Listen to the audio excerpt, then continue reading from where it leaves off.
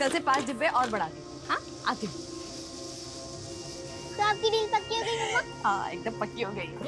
अब तुम्हारी मम्मा बहुत बड़ी बिजनेस वाली बनने वाली है। वाओ ग्रेट मम्मा। मम्मा अब हमारा घर भी बहुत बड़ा होगा ना? हाँ बहुत बड़ा और आलीशान घर होगा हमारा, और जहाँ पर नौकर चाकर सब होंगे। हाँ और बड़ी बड़ी कार्स भी होगी। हाँ कार्स भी लेंगे। मम्मा मुझे एक चॉपर भी चाहिए। चॉपर? ठीक है चॉपर भी ले लेंगे। अरे नानी मम्मा मुझे चॉपर दिलवाएगी। मुझे कितनी बार बोला है मुझे नानी मत बोला कर, ऐसे सबके सामने तो नहीं। अरे मैम आप क्यों नहीं आई? मुझे बता देती ना, मैं ले आता खाली टिफिन। अरे तू कहीं और गया था ना डिलीवरी के लिए, इसलिए मैं ले आई। खाली टिफिन आने में लेट हो जाता है तो डिलीवरी भी लेट हो जाती है। अच्छा राघव चलो शाम की तैयारी करो टिफिन। हाँ फाल्गुनी, तुम्हारी कामयाबी की चाबी बन सकता हूँ मैं।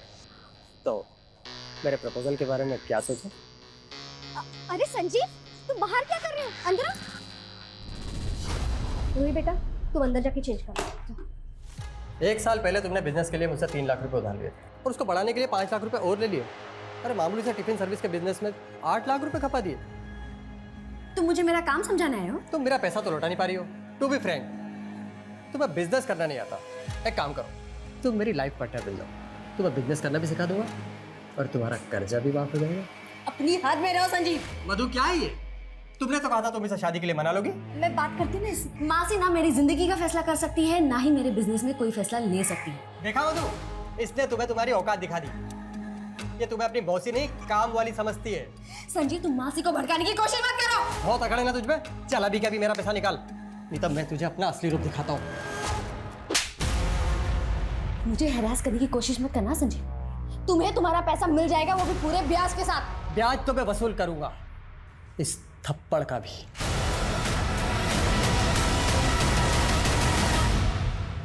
मासी मैंने कितनी बार आपसे कहा है मुझे इस आदमी से शादी नहीं करनी है, फिर भी आप। मैं तुम्हारे भले का सोच रही थी फाल्गुनी। विधवा की जिंदगी आसान नहीं होती। अरे खुद के बारे में नहीं पर रूही के बारे में तो सोच। टिफिन सर्विस का छोटा मोटा काम है तुम्हारा, उसमें भी इतना सारा कर्जा चढ़ चुका है, उसमें कमाई तो होती ही नहीं है। ऐसा ही रहा तो रूही को कैसे पालोगी तुम? मासी मैं आप जैसी नहीं हूँ जो अपने फायदे के लिए रिश्ते बदलती फिरूं। अरे अगर संजीव आपको इतना ही भाग गया है तो आप ही कर लो ना उसके साथ शादी। वैसे भी आपकी शादी तो हुई ही नहीं है। बस कर फाल्गुनी, मैंने तुझे अपनी बेटी माना, मैंने तेरे लिए अपना घर नहीं बसाया और तू मुझे खरी खोटी सुना रही है। मासी आई एम सॉरी, मुझे ये सब नहीं बोलना चाहिए था, लेकिन आपको पता है ना मैं कितनी स्ट्रेस में हूँ। सारी टेंशन तुझे ही है।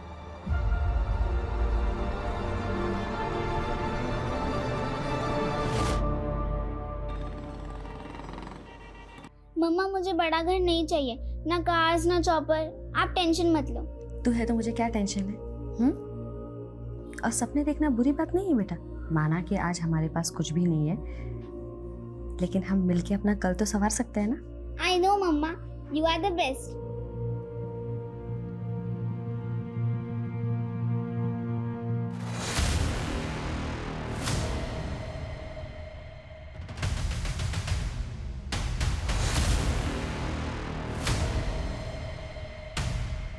जब मंजिल दूर हो तो वहाँ जल्द से जल्द पहुँचने के लिए हम शॉर्टकट ढूंढने लगते हैं, और अब मैं उस रास्ते पर जाने का सोच रही थी जिसे मैंने सालों पहले छोड़ दिया था।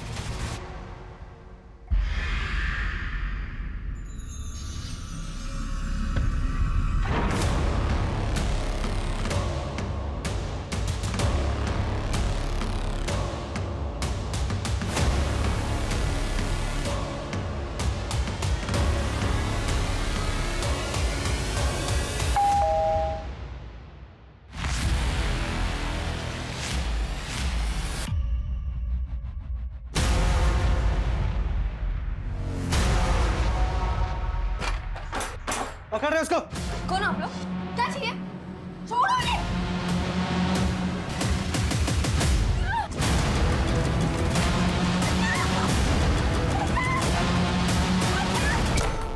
ये लो तुम्हारे पूरे पैसे, वो भी ब्याज के साथ। 4 महीने में इतना पैसा कमा लिया? तुमसे मतलब? अरे तुम अभी तक मुझसे नाराज हो? एक्चुअली उस दिन मैंने तुम्हें शादी के लिए प्रपोज करके एक गलती की। अगर मैं तुम्हें सिर्फ सोने के लिए कहता ना तो तुम मान जाती। ये पैसा भी इसी तरह कमाया ना, सो के।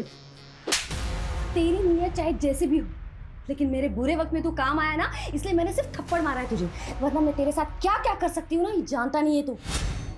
मुझे मालूम था इस डगर पे मुझे मौत भी मिल सकती है, लेकिन मैं मरना नहीं चाहती। मुझे अपनी बेटी के लिए जीना है।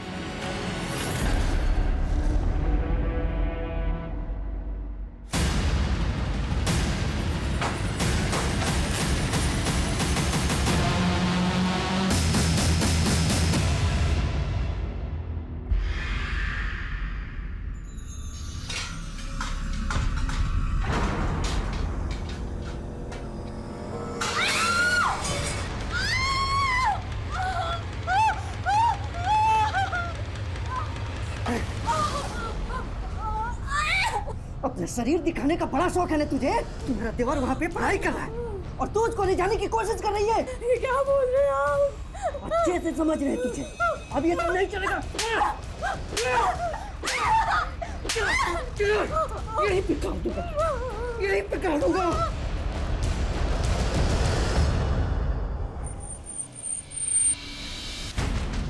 सर, शामली रोड पे एक्सीडेंट हुआ था। लेडी की ऑन स्पॉट डेथ हो गई। पहचान पता चली कौन? जी हाँ सर, एक्सीडेंट साइट से आईडी मिली है जिस पे फाल्गुनी गुप्ता लिखा हुआ है। मेरठ की रहने वाली है। कांस्टेबल को भेजा उसके एड्रेस पे।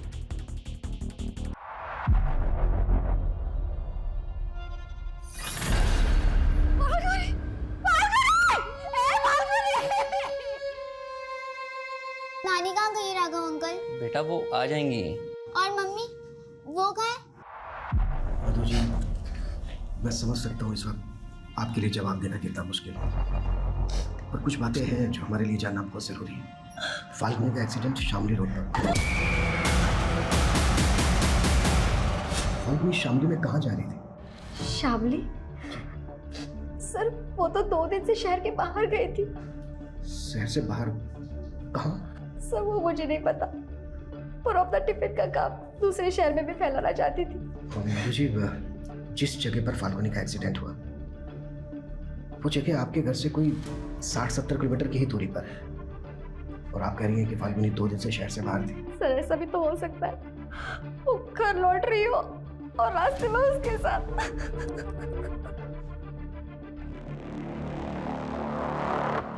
सर, एक्सीडेंट स्पॉट का एक सीसीटीवी फुटेज मिला है।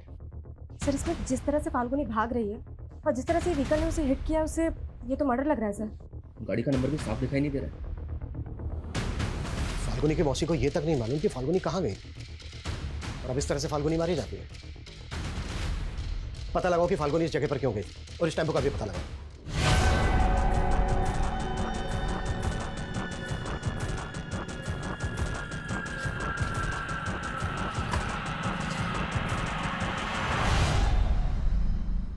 बहुत पढ़ाई कर रहे हो मेरे पीछे से। चलो आज तुम्हारा इम्तिहान लेते हैं। आजा। पानी।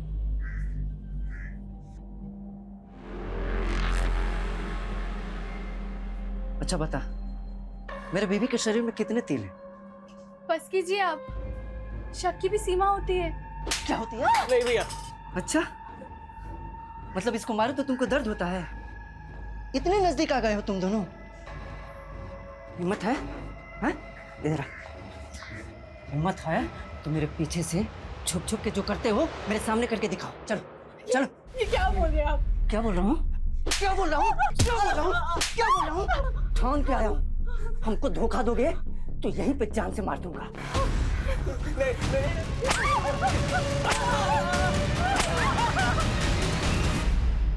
फाल्गुनी की मौसी ने तेरी गंदी नीयत के बारे में सब कुछ बता दिया है हमें। सर उसकी मौसी ने खुद मुझसे कहा था कि वो फाल्गुनी की शादी मुझसे करवाना चाहती है। देख, अगर हमें बाद में पता चला ना कि इसमें तेरा तनिक भी हाथ है तो बिल्कुल हाथ नहीं है सर। अगर वो गलत रास्ते से पैसा कमाएगी तो ऐसी हालत तो होनी ही। कहना क्या चाहता है तू? साफ साफ बोल। सर 4 महीने पहले तक फाल्गुनी के पास अपनी बेटी की फीस भरने तक के पैसे नहीं हुआ करते थे, और 4 महीने के अंदर उसने मेरे 8 लाख रुपए चुकता कर दिया। ये लो तुम्हारे पूरे पैसे ब्याज के साथ। मुझसे सवाल करने से पहले आप उसकी मौसी से पूछिए कि फाल्गुनी शहर में किस किस के पास जाती थी जो उस पर इतना पैसा बरसा रहे थे।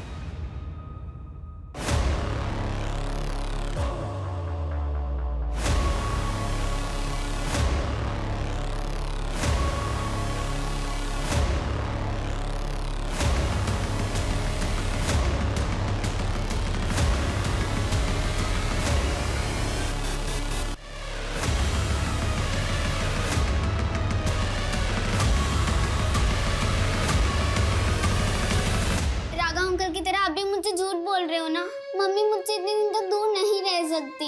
बेटा मैं तुझे कैसे बताऊं कि क्या हुआ है।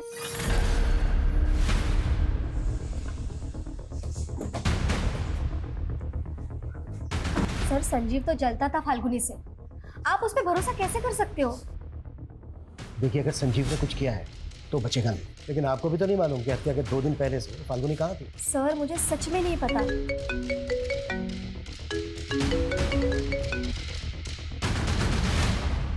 हाँ मनीष। इंक्वायरी में पता चला है कि फाल्गुनी ने शामली रोड पे एक जगह रेंट पे ले रखी थी। व्हाट? सर फाल्गुनी ने ये जगह 2 महीने पहले ही रेंट पे ली थी। यहाँ के लैंडलॉर्ड का कहना है कि वो यहाँ से कोई बिजनेस कर रही थी। पर फाल्गुनी तो मेरठ से टिफिन सर्विस चलाती थी ना, यहाँ क्या कर रही थी? तो बेटा ये सारे एविडेंस कलेक्ट करो। सर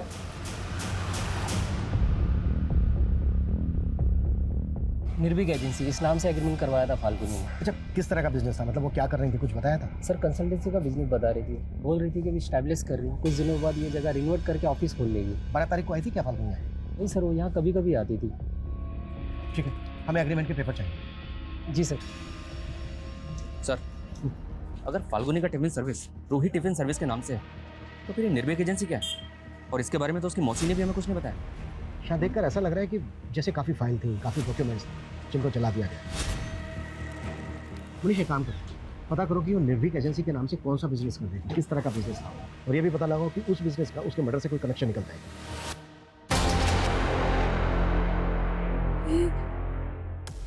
ये सही नहीं किया हमने। आप भूल गई इस आदमी ने हमारे साथ क्या क्या किया है। लेकिन जो भी था, ये मेरा पति है। मैं सर इतनी बुरी मौत कैसे दे रही हूँ? अब इतना मत सोचिए, इसके अलावा और कोई चारा नहीं था हमारे पास।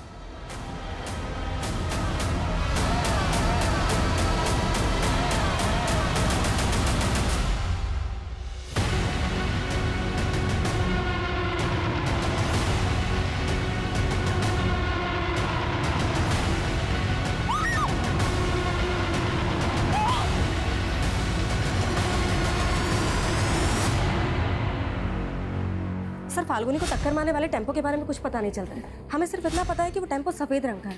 पॉसिबल है कि क्रिमिनल्स ने उसका रंग बदल दिया।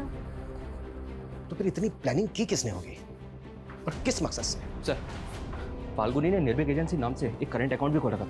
इस अकाउंट की डिटेल्स निकाली तो पता चला कि एक डिटेक्टिव एजेंसी है। Detective agency? यस सर, और 4 महीने पहले ही फाल्गुनी को इसका लाइसेंस मिला है। मतलब जिसे हम टिफिन सर्विस चलाने वाली एक साधारण औरत समझ रहे थे, असल में एक प्रोफेशनल डिटेक्टिव भी थी।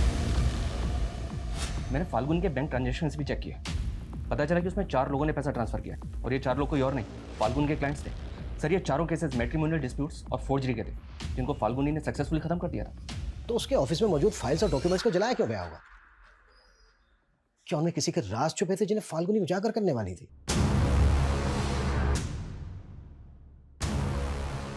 ये सब तो काफी हद तक जल चुका है sir. 1 PH 2 SKR 3 HC C is similar। Sharma भले ही मैक्सिमम स्टफ जल गया है, लेकिन इससे ये क्लियर हो गया है कि फाल्गुनी ज़रूर कोई ऐसा केस इन्वेस्टिगेट कर रही थी जो उसके मर्डर की वजह बना। सर फाल्गुनी के CDR में कोई सस्पिशियस नंबर भी नहीं मिला। लेकिन सर फाल्गुनी की लोकेशन पिछले 2 महीने से अक्सर मुजफ्फरनगर की थी, लेकिन सर उसके CDR में मुजफ्फरनगर का कोई नंबर नहीं मिला। ये भी तो हो सकता है कि वो कोई दूसरा नंबर भी यूज़ करती हो। शर्मा अपने सारे खबरों को एक्टिव करो, उनसे कहो कि वो पता लगाएं कि फाल्गुनी मुजफ्फरनगर में कहाँ जाती थी और किस किस से मिलती थी। Okay sir.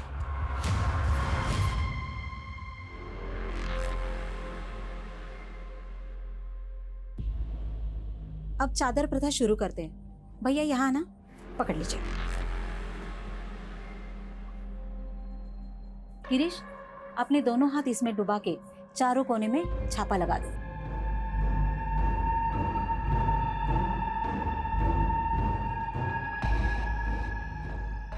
अब चादर प्रथा समाप्त हुई है, उसके अनुसार अब आप दोनों पति पत्नी हो। फाल्गुनी और डिटेक्टिव, ये सब बातें सुन के मैं खुद हैरान हूँ। सर इस बारे में मुझे कुछ मालूम नहीं था। मधु जी, आप फाल्गुनी को उसके बचपन से जानती थी और 11 साल से तो आप उसके साथ रह रही थी। अगर आप उसके बारे में कुछ नहीं जानती तो क्या इसका मतलब हम ये निकालें कि फाल्गुनी भरोसा नहीं करती थी आप पर, ट्रस्ट नहीं था उसे, इसके लिए अपनी बातें छिपाती थी आपसे? सर ऐसा भी तो हो सकता है वो जानबूझ के कर रही हो। अभी वो डिटेक्टिव थी तो ऐसे लोग अंडरकवर होके भी तो काम करते हैं ना। अच्छा, सर मैंने आपको एक बात नहीं बताई थी। फाल्गुनी लॉ स्टूडेंट थी और उसके पिता के पास पैसे नहीं थे तो उसने अपनी पढ़ाई छोड़ दी थी। पर शादी के पहले वो क्रिमिनल लॉयर के पास काम करती थी सर। और शादी के बाद? सर शादी के बाद उसका पति उसे कुछ नहीं करने देता था। फिर उसके पति के मौत के बाद वो मेरे साथ टिफिन सर्विस का काम करने लग गई। आपके साथ? हाँ। लेकिन उसका जो ये टिफिन सर्विस का बिजनेस था उसके डॉक्यूमेंट्स में तो आपका कोई शेयर नहीं है। वो तो सैलरी देती थी ना आपको। सर वो हमारा रिश्ता इन सारी चीज़ों के परे था। ये पुलिस क्यों आई है राघव अंकल? वो पुलिस स्टेशन में भी आपकी मम्मा का खाना जाता है ना, इसीलिए।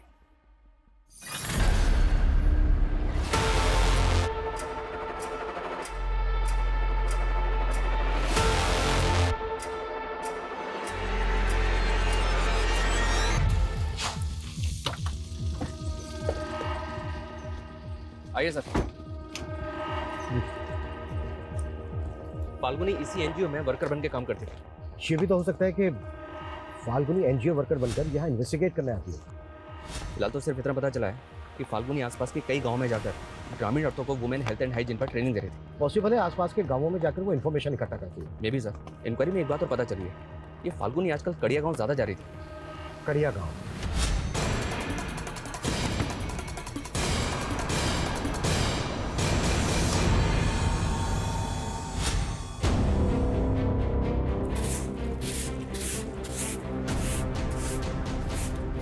सुनिए, हमें पता चला है कि एनजीओ वर्कर फाल्गुनी अक्सर आपसे मिलती है। जी। क्यों मिलती थी वो आपसे, वजह क्या है? सर वो सोशल अवेयरनेस के लिए सबके घर आ रही थी। आप? जी मैं पति हूँ इनका। कुछ और पूछना है आपको? नहीं। ये मैडम तो मुझे भी मिली थी। कृष्णा के पहले पति सरजू के बारे में पूछ रही थी। क्या? कृष्णा का पहला पति? जी, दूसरा पति गिरीश देवर था कृष्णा का, लेकिन सरजू के मौत के बाद उन दोनों ने शादी कर ली। अच्छा, ये फाल्गुनी सरजू के बारे में क्यों पूछ रही थी? यही कि सरजू की मौत कैसे हो गई। क्या आप हमें बता सकती हैं कि सरजू की मौत कैसे हुई थी? सर, गिरीश और कृष्णा कहते हैं कि सरजू भैंस खरीदने जा रहा था तो कोई गाड़ी मार गई उसको, लेकिन मुझे लगता है कि इन दोनों ने उसे मारा होगा। आपको ऐसा क्यों लगता है? सरजू को शक था कि इन दोनों का चक्कर चल रहा है। हमको धोखा दोगे तो यहीं पे जान से मार दूंगा। और एक बात, सरजू के मौत के 2 महीने पहले से वो काफी बीमार चल रहा था, खाट से उठा तक नहीं जा रहा था उसे। ऐसे में वो खुद पैदल चल के हाईवे तक कैसे जाएगा? मुझे लग रहा है सर फाल्गुनी यहाँ सरजू की मौत का राज पता करने ही आई होगी। फाल्गुनी एक प्राइवेट डिटेक्टिव थी। इस तरह के लोग तभी इन्वेस्टिगेट करते हैं जब उन्हें कोई हायर करे। इस छोटे से गांव में कौन ऐसा होगा जिसने फाल्गुनी को हायर किया हो? हमें ना लोकल पुलिस से कंफर्म करना चाहिए कि सरजू का एक्सीडेंटल केस में कोई फाउल प्ले था क्या, और क्या वाकई में यहाँ ऐसे राज दफन है जो फाल्गुनी की हत्या का कारण बने।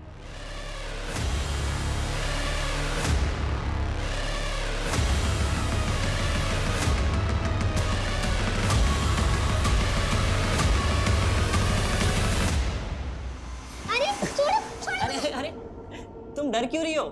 ये डॉल तुम्हारी मम्मी ने दी है तुम्हारे लिए। मम्मी ने? हाँ, मम्मी ने ऑर्डर पहले की होगी, बस पार्सल आ जाया है। राघव जरा इधर आना। हाँ हाँ आ रहा हूँ।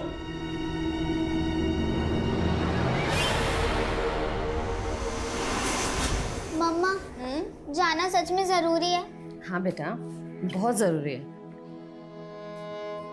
वरना तुम ही बताओ, मम्मा तुमसे दूर इतने दिन के लिए रह सकती है? लेकिन आजकल आपके पास मेरे लिए टाइम ही नहीं होता है।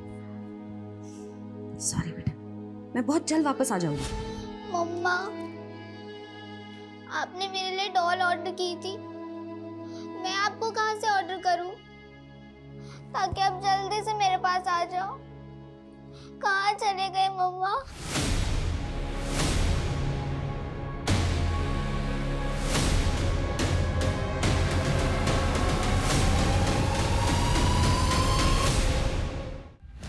सरजू कुशवाहा एक्सीडेंट केस में हमें कुछ ऐसा नज़र नहीं आया जिससे कि लगे कि उसका मर्डर हुआ था। और सरजू के पोस्टमार्टम रिपोर्ट से भी ये क्लियर था कि उसका एक्सीडेंट ही हुआ था। अच्छा, सरजू का जिस टेम्पो से एक्सीडेंट हुआ था वो सफ़ेद रंग का था ना?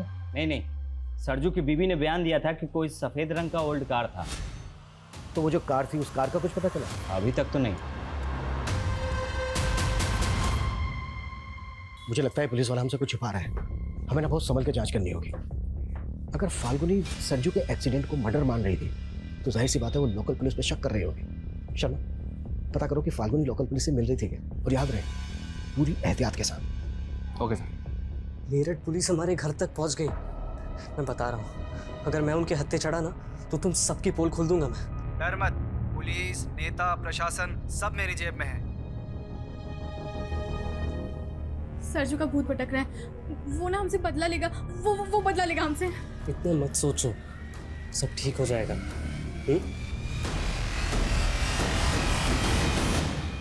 सर, हमने फाल्गुनी की सीडीआर में मौजूद एक एक नंबर को इन्वेस्टिगेट किया, लेकिन हमें अब तक कोई ऐसा नहीं मिला जिसने फाल्गुनी की डिटेक्टिव एजेंसी को सरजू या फिर मुजफ्फरनगर का कोई भी केस दिया हो।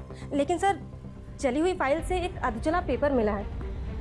सर, इसे देख के ऐसा लगता है जैसे ये किसी पीएम रिपोर्ट का हिस्सा है, लेकिन सर समझ में ये नहीं आ रहा है कि ये किसकी पीएम रिपोर्ट का हिस्सा है। सरजू की बॉडी का भी पोस्टमार्टम हुआ था ना? जी हाँ सर, पोस्टमार्टम तो हुआ था, लेकिन इन्वेस्टिगेटिंग ऑफिसर सुखबीर ने बताया था कि उसकी रिपोर्ट से क्लियर था कि उसका एक्सीडेंट हुआ था। शर्मा, पोस्टमार्टम रिपोर्ट मैनिपुलेट भी तो की जा सकती है। सरजू की बॉडी का जिस डॉक्टर ने पोस्टमार्टम किया था, एक बार उस डॉक्टर से मिलते हैं। क्या हुआ? मम्मी की याद आ रही है? अरे डोंट वरी, मैं हूं ना, मैं भी मम्मा की तरह ही प्यार करूंगा। स्कूल हो या आस पड़ोस, कोई अगर तुम्हें टच करे ना तो इस बात की समझ होनी चाहिए तुम्हें कि गुड टच और बैड टच क्या होता है। क्या होता है मम्मा ये गुड टच बैड टच? मैं समझाती हूँ। पहले तो मैं तुम्हें बताती हूँ कि बैड टच क्या होता है। छोड़ो छोड़ो छोड़ो छोड़ो मुझे। ए, चुप चुप। जहाँ तेरी मम्मी को पहुँचाया ना, वहाँ तुझे भी पहुँचा दूंगा, समझ में आया?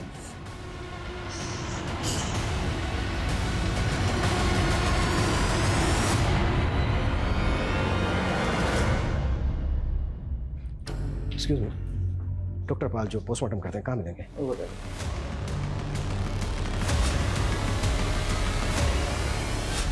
डॉक्टर समरपाल जी। इंस्पेक्टर अभिमन्यु चंदन, मेरठ पुलिस। हमें पता चला है कि आपने कड़िया गांव के सरजू कुशवाहा नाम के आदमी की बॉडी का पोस्टमार्टम किया था। सर, मैं बहुत सारे विक्टिम का पोस्टमार्टम करता रहता हूँ, मुझे रिकॉर्ड चेक करने हैं। प्लीज।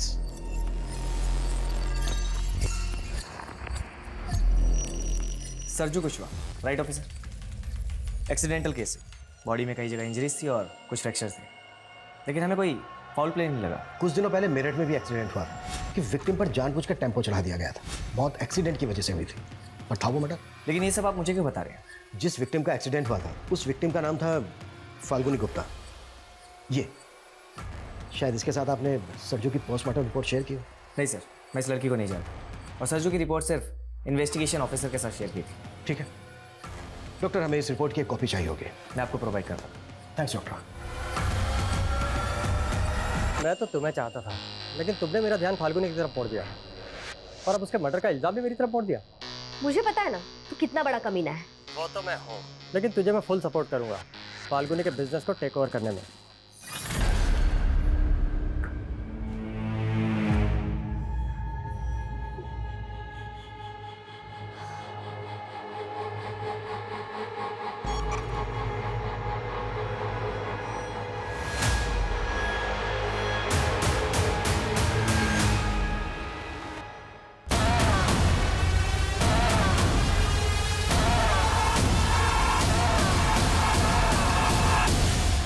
कृष्णा और गिरीश अचानक गांव छोड़ के चले गए, पर कहाँ चले गए हैं ये समझ में नहीं आ रहा है। उनका गायब होना यही इंडिकेट करता है कि सरजू का एक्सीडेंट नहीं बल्कि मर्डर हुआ था। और सर, अब तक ये भी पता नहीं चल पा रहा है कि फाल्गुनी को ये केस इन्वेस्टिगेट करने के लिए किसने दिया होगा। सब पता चलेगा मनीष। देखो, ये तो क्लियर होता जा रहा है कि फाल्गुनी की हत्या का सरजू के केस से कनेक्शन। एक काम करो, गिरीश और कृष्णा का लुकआउट नोटिस जारी करवाओ। थोड़ा तो ओके सर।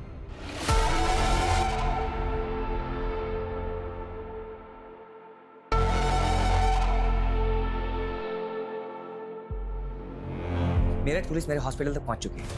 सरजू और फाल्गुनी के बारे में पूछताछ कर रही थी। देखो, अगर इस केस में मेरा नाम आ गया ना तो अच्छा नहीं होगा। किसी का नाम नहीं आएगा। थोड़े दिनों में मेरठ पुलिस झक मार के निकल जाएगी, और अगर ना भी निकली तो उसे भी खरीद लेंगे। वो पुलिस वाला बिकाऊ नहीं लग रहा था, या तो उसका भी ट्रांसफर करवा दो या फिर उसे भी ठिकाने लगवा दो। सर, मुझे पता चला है कि सरजू के एक्सीडेंट में जिस गाड़ी का इस्तेमाल हुआ था वैसे ही गाड़ी का इस्तेमाल और एक एक्सीडेंट में किया गया था। व्हाट? जी सर, ये केस सनोली विलेज का केस है और इस एक्सीडेंट में दुर्गेश सिन्हा नाम के आदमी की मौत हुई थी। ये दुर्गेश है सर।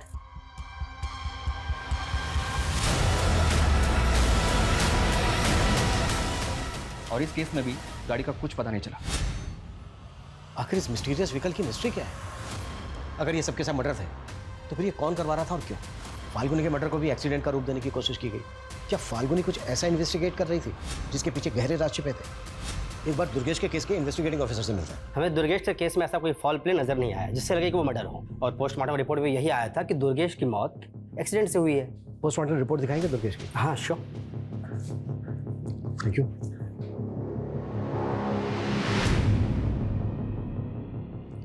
ये दुर्गेश की बॉडी का पोस्टमार्टम डॉक्टर समर ने किया था ना?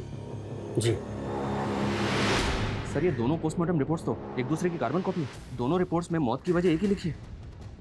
अच्छा शर्मा, ये डॉक्टर समर का सी बनाने का स्टाइल नोटिस किया तुमने? बड़ी अजीब ढंग से सी बनाया है। फाल्गुनी के ऑफिस में हमें एक डायरी मिली थी, उस पर लिखा था सी इज सिमिलर। तो क्या सी सिमिलर का इंडिकेशन इन्हीं दोनों रिपोर्ट्स का है? पूरे चांसेस। शर्मा, हमें फाल्गुनी के ऑफिस में जली हुई फाइल्स के बीच एक पोस्टमार्टम रिपोर्ट की जली हुई कॉपी भी मिली थी, याद है? इसका मतलब फाल्गुनी के पास ये दोनों रिपोर्ट्स थे और फाल्गुनी सरजू का ही नहीं बल्कि दुर्गेश का केस भी इन्वेस्टिगेट कर रही हो। ये डॉक्टर समर उस दिन से ही हॉस्पिटल नहीं आ रहा है जिस दिन से हम उससे मिलने गए।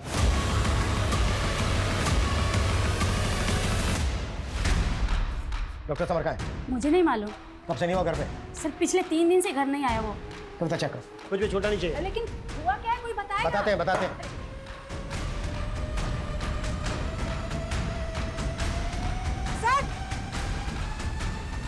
सर ये देखिए,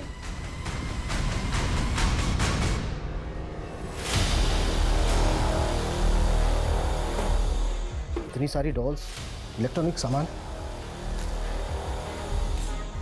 क्या ये सब क्या चल रहा है इस घर के अंदर? सर, मेरे बेटे को इलेक्ट्रॉनिक गुड़िया बनाने का शौक है।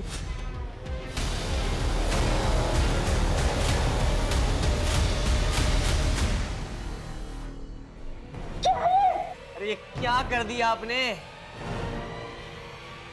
तूने मेरे रूम में कैमरा लगा दिया। अरे मम्मी एक्सपेरिमेंट कर रहा था, अपने रिमोट आई को टेस्ट कर रहा था। है कहाँ? फोन भी बंद कर रखा है उसने अपना। सर, मैंने कहा ना, मुझे कुछ नहीं पता है। अपनी मर्जी का मालिक है वो।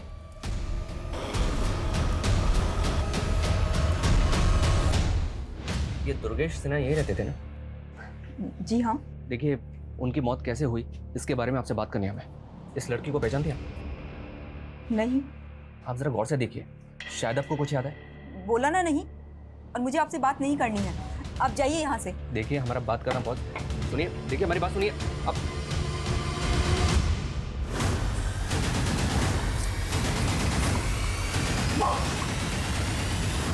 मम्मा, मैं तो डर गई। मैंने सोचा 2 दिन बाद वापस आई हूँ ना, तो ऐसे सरप्राइज करती तुझे। लेकिन मम्मा, मैं आपको बता नहीं सकती। जब आप चली जाती है तो यहाँ पर फाल्गुनी तुम आ गई? हाँ मासी। हाँ, रूही ने आपको तंग तो नहीं किया मेरे पीछे से? अरे नहीं, बहुत अच्छे से रही है वो। मम्मा, मैं क्यों नहीं बता पाई आपको वो सब? सर, दुर्गेश की बीवी का ऐसा रवैया देख के ताज्जुब हो रहा है। मुझे ऐसा लग रहा है कि सरजू की तरह दुर्गेश की मौत की हकीकत भी कुछ और ही है।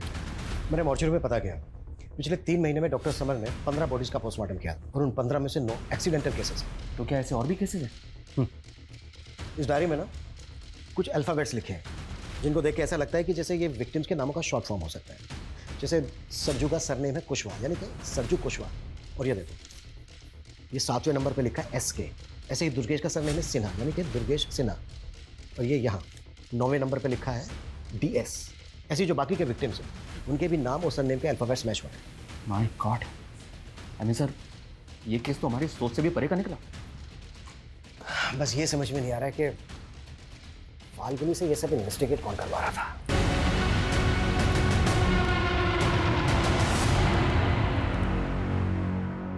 सर ये विपिन है, दुर्गेश सिन्हा का पड़ोसी और दोस्त भी। दुर्गेश के बारे में आपको कुछ बताना चाहता है। बोलो। सर भले ही दुर्गेश की बीवी और सब लोग ये मानते हैं कि दुर्गेश की मौत एक्सीडेंट से हुई थी, लेकिन सर दुर्गेश तो कैंसर पेशेंट था, वो तो चल भी नहीं सकता था। व्हाट? उसका इलाज एनटी दीक्षित मेमोरियल अस्पताल में चल रहा था। और सर मुझे बहुत अच्छे से याद है, उस शाम जब मैं दुर्गेश को मिलने उसके घर गया था तो वो बिस्तर पर ही अपने प्राण छोड़ चुका था। फिर मुझे उसकी पत्नी ने वहाँ से जाने के लिए कहा। उसके बाद मुझे उसी रात को ये पता चला कि दुर्गेश का हाईवे के पास में एक्सीडेंट हो गया है। सरजू के पड़ोसी ने कहा था सर कि सरजू काफ़ी बीमार रहता था और ठीक से चल भी नहीं पाता था। और उसकी वाइफ कृष्णा ने स्टेटमेंट दी थी कि सरजू भैंस लेने जा रहा था, हाईवे पे उसका एक्सीडेंट हो गया था। ये बहुत बड़ा गेम है शर्मा, इसकी जड़ें ना काफ़ी गहरी है। अच्छा, दुर्गेश के दोस्त ने बताया कि दुर्गेश कैंसर पेशेंट था, एनटी दीक्षित मेमोरियल हॉस्पिटल में उसका इलाज चल रहा था। एक काम करो, रिकॉर्ड चेक करो वहाँ पे। हमें कोई एक्सट्रीम स्टेप लेना होगा। हाँ, मैंने सोच लिया है कि मुझे क्या करना है।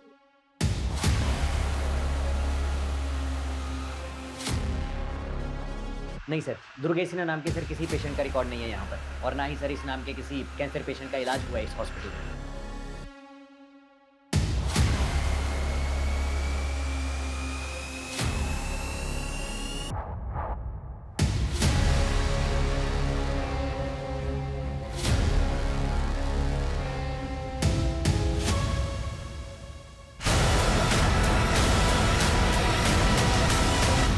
दुर्गेश कैंसर पेशेंट था, इसका कोई रिकॉर्ड नहीं मिला हॉस्पिटल में।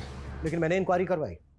डॉक्टर समन ने जिन 9 और एक्सीडेंटल विक्टिम्स का पोस्टमार्टम किया था, उन सबके केसेस भी सरजू और दुर्गेश के केस की तरह सस्पिशियस थे। और ये सारे के सारे विक्टिम्स लोअर मिडिल क्लास या फिर पुअर फैमिली से बिलोंग करते थे। ये काफ़ी ताज्जुब भरा है कि ऐसे बैकग्राउंड के लोगों को क्यों और किस मकसद से मारा गया और उनके मर्डर को एक्सीडेंट का रूप दिया गया।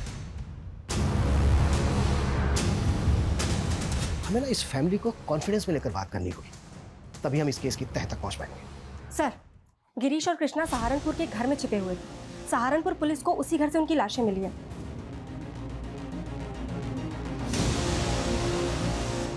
सर, क्राइम सीन से सुसाइड नोट मिला था, शायद इन दोनों ने सुसाइड किया। हमने अंजाम की परवाह नहीं की और एक करार कर लिया, मौत से करार। मौत का ऐसा करार कि अब मौत से पीछा छुड़ाना मुश्किल है। हमारा गुनाह बस इतना है कि हमने अपनी मजबूरी के साथ सौदा कर लिया। देखिए, मैं जानता हूँ आपके पति सरजू कुशवाहा को कैंसर है और उनका बचना नामुमकिन है, लेकिन आपको उनकी मौत के बाद काफ़ी पैसा मिल सकता है। किस बात का पैसा? फिर जैसे ही सरजू की मौत हो गई, देर रात में आप उसकी लाश को हाईवे पर डाल दीजिएगा, जहाँ एक गाड़ी उन्हें कुचल कर चली जाएगी। फिर आपको पैसा मिल जाएगा। कृष्णा को टीबी था, उसके इलाज के लिए पैसे चाहिए थे और सरजू भैया से नफरत थी मुझे, इसलिए मैंने उनसे एक करार कर लिया। लेकिन हमको क्या मिला? सिर्फ 2 लाख रुपए और इतना सारा तनाव। हम अपने पाप के बोझ से दब गए, इसलिए हम दोनों आत्महत्या कर रहे हैं। ये सब तो बेहद अजीब है सर, ना ऐसा पहले कभी देखा और ना सुना।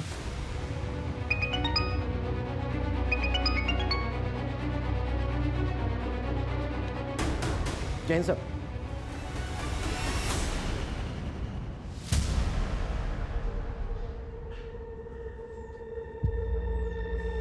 तो मुझ पे गुस्सा हो ना? मैं जानती हूँ मैं बहुत बुरी हूँ। और राघव अंकल, वो तो और भी बुरे। उन्होंने मेरे साथ। रूही, राघव ने क्या किया तुम्हारे साथ? देखिए, टारगेट्स तो आप लोगों को अपने अपने पूरे करने ही हैं, लेकिन मैं सिर्फ ये कहना चाहता हूँ कि जब भी आप कोई नई पॉलिसी भेजें तो क्रॉस चेक कीजिएगा डॉक्यूमेंट्स पूरे। Excuse me, Manish Singh ji. SP sir ने तो आपको बता ही दिया होगा कि मैं आपसे क्यों मिलना चाहता था। जी, लेकिन हमें ताज्जुब इस बात का है कि इतने समय तक आप चुप क्यों रहे? आपको तो बहुत पहले सामने आ जाना चाहिए था। एक्चुअली हम डिलेमा में थे कि हमारा शक सही है या गलत, और उसी को पुख्ता करने के लिए हमने फाल्गुनी को मुजफ्फरनगर डिस्ट्रिक्ट में लगाया था। इसके अलावा 4 और डिस्ट्रिक्ट में हम अपने लेवल पर इन्वेस्टिगेट कर रहे थे।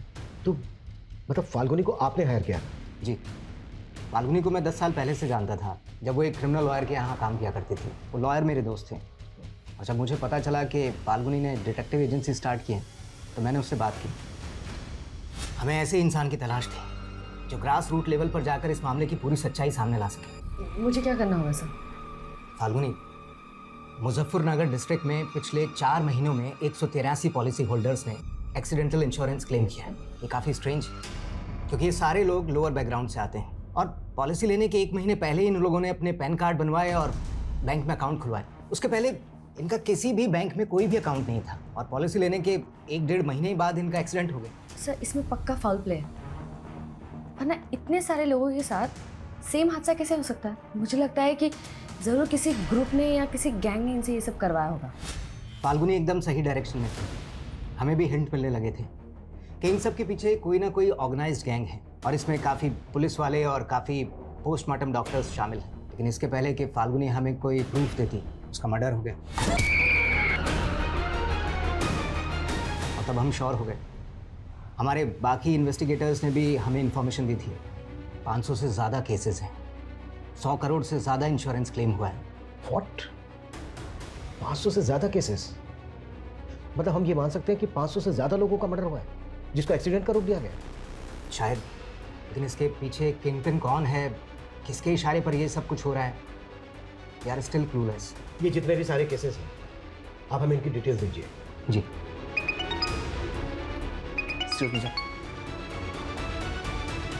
हाँ कविता। सर, दुर्गेश की वाइफ सरकारी गवाह बनने के लिए तैयार हो गई है। वो हमें उन लोगों के बारे में बताना चाहती है जिनके कहने पर उसने दुर्गेश की मौत को एक्सीडेंट की शक्ल देने का प्लान बनाया था। गुड जॉब कविता। कहाँ है दुर्गेश की बीवी?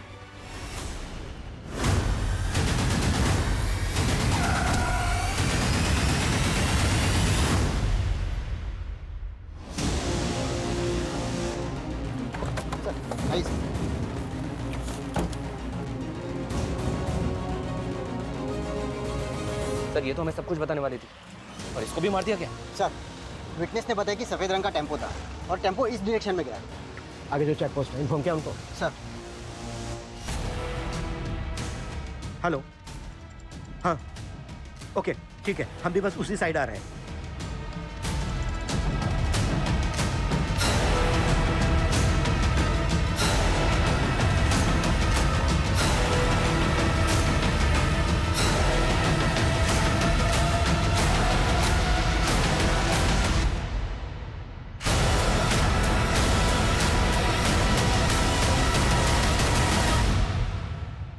कंपनी का रीजनल मैनेजर ही कंपनी के साथ इतनी बड़ी कॉन्स्पिरेसी कर रहा है। मुझे कोई फंसा रहा। ओए फंसा रहा है? हाँ, तेरे गुनाहों की लंबी चेन तोड़ दी हमने। टेम्पो ड्राइवर हिस्सी चीटर है। इंस्पेक्टर सदानंद के कहने पर वो तेरा मर्डर कर रहा था। इंस्पेक्टर सदानंद ने तेरे कजन कपिल का नाम लिया है और कपिल ने तुम लोगों की सारी पोल खोल दी है।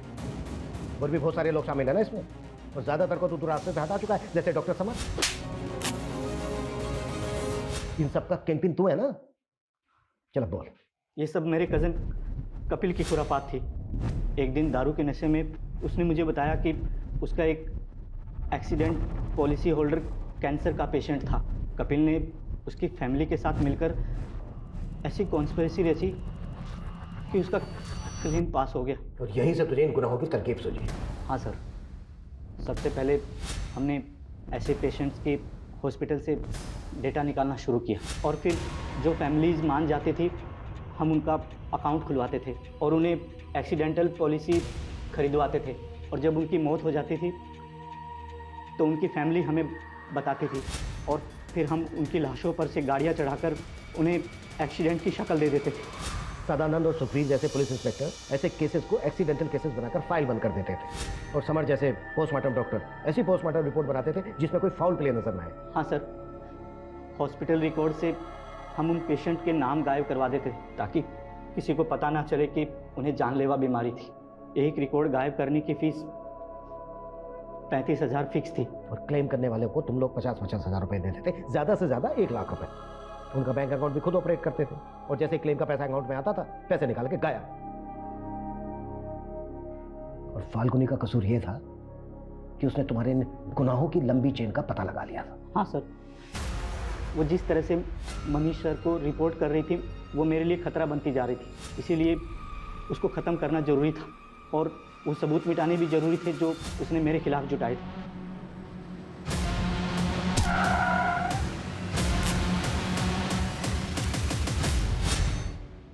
सर ये गिरोह इतने बड़े पैमाने पर गुनाहों को इस तरह से अंजाम दे रहा था, ये सोच के भी ताज्जुब हो रहा है। आई थिंक ये इस दशक का सबसे बड़ा स्कैम होगा।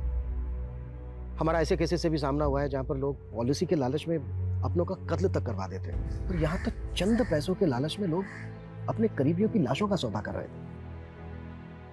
ऐसे गुनाहों को देखकर ये नहीं लगता है कि आजकल इंसानियत का स्तर कितना नीचे गिरता जा रहा है? सर फाल्गुनी की मौसी ने फाल्गुनी के वर्कर राघव की कंप्लेंट की। वो काफ़ी दिनों से फाल्गुनी की बेटी को मॉलेस्ट कर रहा है।